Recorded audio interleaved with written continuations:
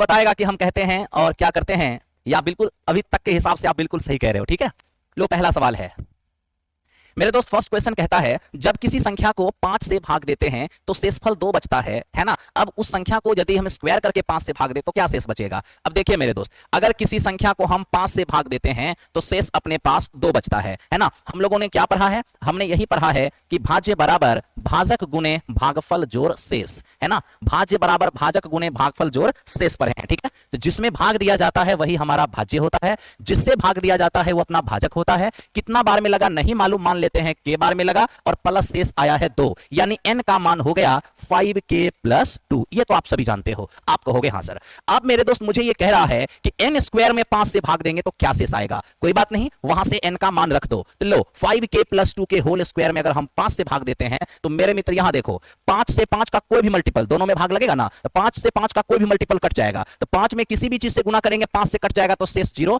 अब 5 से 2 में भाग देंगे तो 2 ही आएगा, तो 0 अब प्लस 2 तो हो जाएगा मित्र 2, ऊपर पावर में 2 है तो 2 का स्क्वायर कितना 4। भाजक से छोटा भी है और पॉजिटिव भी है। तो मेरे मित्र इस तरह से इस क्वेश्चन का आंसर हो गया सी।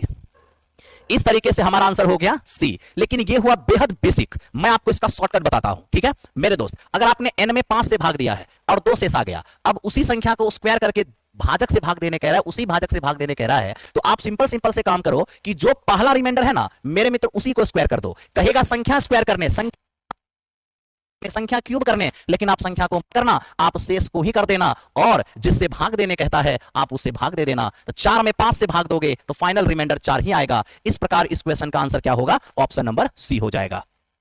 ठीक है, इस प्रकार इस क्वेश्चन का आंसर ऑप्शन नंबर सी हो जाएगा। ओके, अब रही बात कि बहुत बच्चे को यहां समझ में नहीं आया कि सर ऐसे कैसे भाग दे दिए। मेरे दोस्त अगर बीच में प्लस का साइन है, माइनस का साइन है या गुना का साइन है, जिस भाजक से भागना है सब में भाग पड़ेगा। ठीक है, अब आप में से जिनको भी मेरे दोस्त हम गुलाब जी पहचाने, बिल्कुल पहचाना मेरे दोस्त। आप में से जिनको भी बिल्कुल बेसिक कमजोर होगा, जो एकदम मैथ्स को नहीं जानते हैं, डायरेक्ट अभी इंटरमीडिएट किए हैं, वो अपने एप्लीकेशन पर आकर इसको बेसिक से कर लेंगे, ताकि मेरे मित्र आपको सबको समझ में आने लगेगा। ठीक है, आइए गुंजन जायसवाल ध्यान देते हैं। पहली 100 धनात्मक पूर्णांक में से कितनी ऐसी संख्या है जो 3 या 4 से विभाज्य होता है। मेरे दोस्त इसके लिए हमने अभी से 2 दिन पहले नंबर सिस्टम की 2 वीडियो दिया है, पार्ट 1 पार्ट 2, जो कि रेलवे सीडीएस एसएससी को समर्पित करके थंबनेल बना हुआ है। उसमें यही चीज पढ़ाए हैं पूरा बेसिक से। आप उसको देखिएगा, वहां से आपको पूरी बात समझ में आएगी। ठीक है, बाकी ये हम लोग काम करेंगे कैसे, जरा उसको देखो मेरे दोस्त। प्रथम 100 धनात्मक संख्या की शुरुआत 1 से होती है ना। 0 ना पॉजिटिव है ना ही नेगेटिव है, न्यूट्रल है। 1 से शुरू करके अगर हम 100 तक जाएंगे तभी होगा प्रथम 100 धनात्मक संख्या, है ना। किससे डिविजिबल, 3 और 4 से। याद रखना 3 या 4 से। तो मेरे मित्र जब भी ना अगर यही कहता ना 3 और 4, ध्यान दो 3 और 4 कहता तो हम सीधे क्या करते, 3 और 4 का मतलब होता है कि जो 3 से भी कटे और 4 से भी कटे, यानी उसके एलसीएम 12 से कटेगा। तो मेरे दोस्त 12 से डिविजिबल निकाल लेते तो 3 और 4 से निकल जाता। लेकिन जब 3 या 4 बोले ना, तो ऐसी स्थिति में हमें क्या करना होगा, सबसे पहले 3 से डिविजिबल निकालना होगा, उसके बाद 4 से डिविजिबल निकालना होगा, और इनमें से मेरे दोस्त 3 या 4 से डिविजिबल, 3 और 4 से डिविजिबल को घटाना होगा, है ना। इसको मेरे दोस्त घटाना होगा। तो 3 और 4 से मतलब ठीक है। अब आप कहोगे कि मेरे दोस्त कहते हैं कि एलपीएफ कब आएगा, बहुत जल्द एलपी आएगा। अब आप कहोगे सर ठीक है 3 और 4 से डिविजिबल बोलेगा तो एलसीएम 12 से डिविजिबल कर लेंगे, लेकिन जब 3 या 4 बोलेगा तो 3 से विभाज्य निकालेंगे और 4 से विभाज्य दोनों को जोड़ देंगे, और इनमें से 3 और 4 दोनों यानी 12 से विभाज्य को घटा देंगे। क्यों घटा देंगे, तो अभी भी मैंने आपको बोला है कि 2 वीडियो आपको दिए हैं, आप उसे जरा पढ़िएगा। ठीक है, आपको बहुत जिंदगी में दिक्कत नहीं होगा, इस जन्म में नहीं। ओके, आइए दोस्त, तो हम लोग प्रोसेस कैसे करेंगे, 3 से डिविजिबल, 4 से डिविजिबल और 12 से डिविजिबल कैसे निकालेंगे। इसके लिए जब भी 1 से शुरू होगा तो आपको क्या करना है, आखिरी नंबर को उठा लेना है, और मेरे मित्र आखिरी नंबर में जिससे विभाज्य निकालना है उससे भाग देना है। ठीक है, आखिरी नंबर में जिससे विभाज्य निकालना है आपको उससे भाग देना है। क्या इतनी बात समझ में आ गया।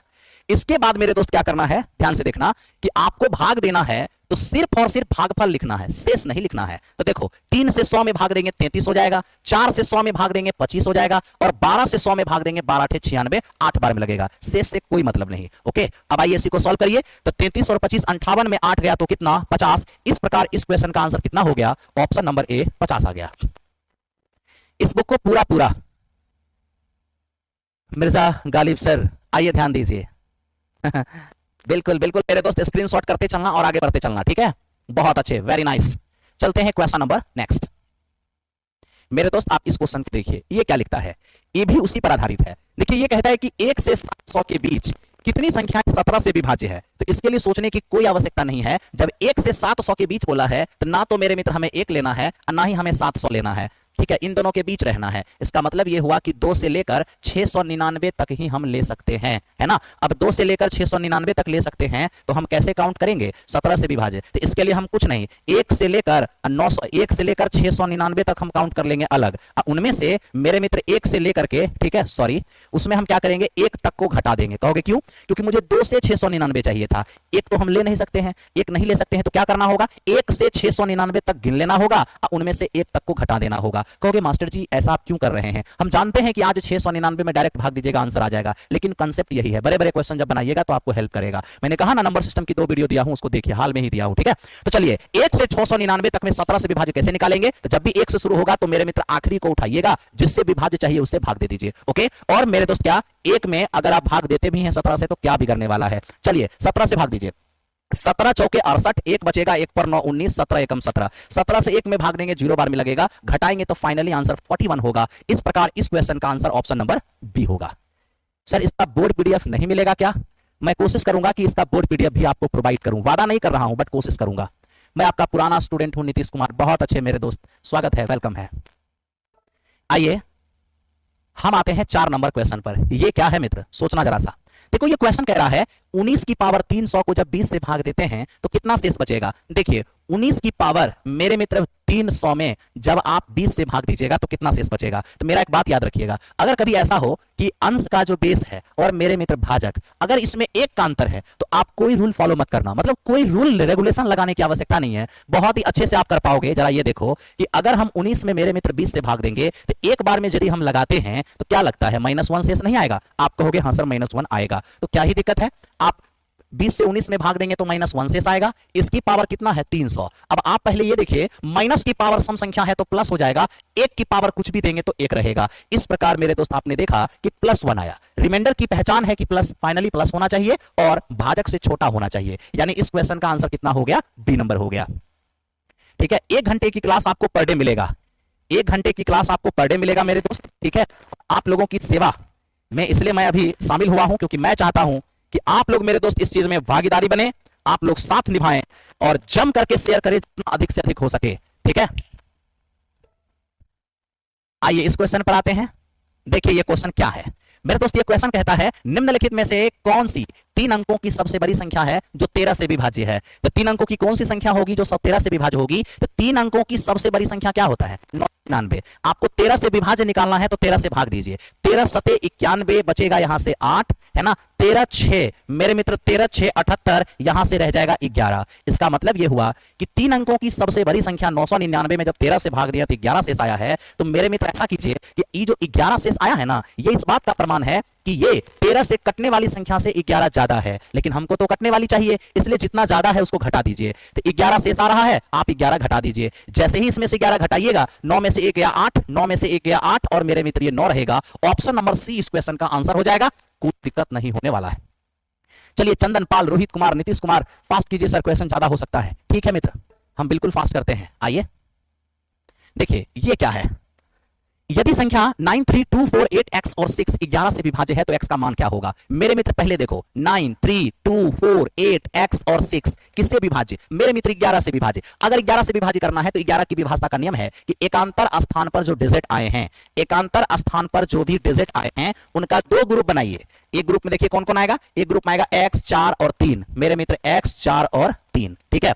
तो 2 ग्रुप बनाइए, दोनों ग्रुप का अंतर 0 या 11 का मल्टीपल होना चाहिए। तो आप ही बताइए 11 8 19 और 6 हो जाएगा 25, 25 में से आप 7 + x को घटाएंगे तो मेरे मित्र 0 या 11 होना चाहिए। मैं आपसे यही पूछता हूं क्या इन दोनों का अंतर 0 संभव है। आप कहोगे सर पता नहीं चल रहा है कि 0 आएगा कि नहीं आएगा। मेरे दोस्त मैं एक बात पूछता हूं, 25 में 25 घटेगा तब 0 आएगा। आप कहोगे हां सर, तो मैं कहूंगा कि इसको 25 बनाने के लिए 7 में 18 जोड़ना पड़ेगा, जबकि किसी डिजिट का मैक्सिमम मान 9 ही रख सकते हैं, क्योंकि एक डिजिट का जो मान होता है, मेरे मित्र यहां ध्यान दो, एक डिजिट का जो मान होता है 0 1 2 3 4 5 इस तरीके से 9 तक ही, तो 9 से ज्यादा नहीं रख सकते हैं। तब तो इसको 25 नहीं बना पाएंगे और इसको 25 नहीं बनाएंगे तो 0 नहीं आएगा। अब हमें 11 का मल्टीपल लाना होगा। तो बताइए 25 में क्या घटा दे कि 11 या 11 का मल्टीपल आ जाए, क्योंकि 25 25 में 14 घटा दो 11 आ जाएगा। तो मेरे मित्र इसके लिए x का मान 7 रख देते हैं, तो 25 में 14 गया तो 11 आ जाएगा। इस प्रकार इस क्वेश्चन का आंसर क्या हो गया?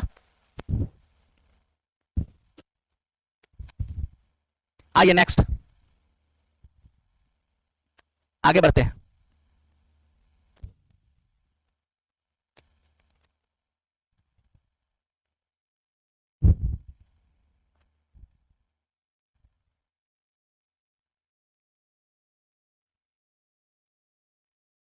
चलिए आगे बढ़िए।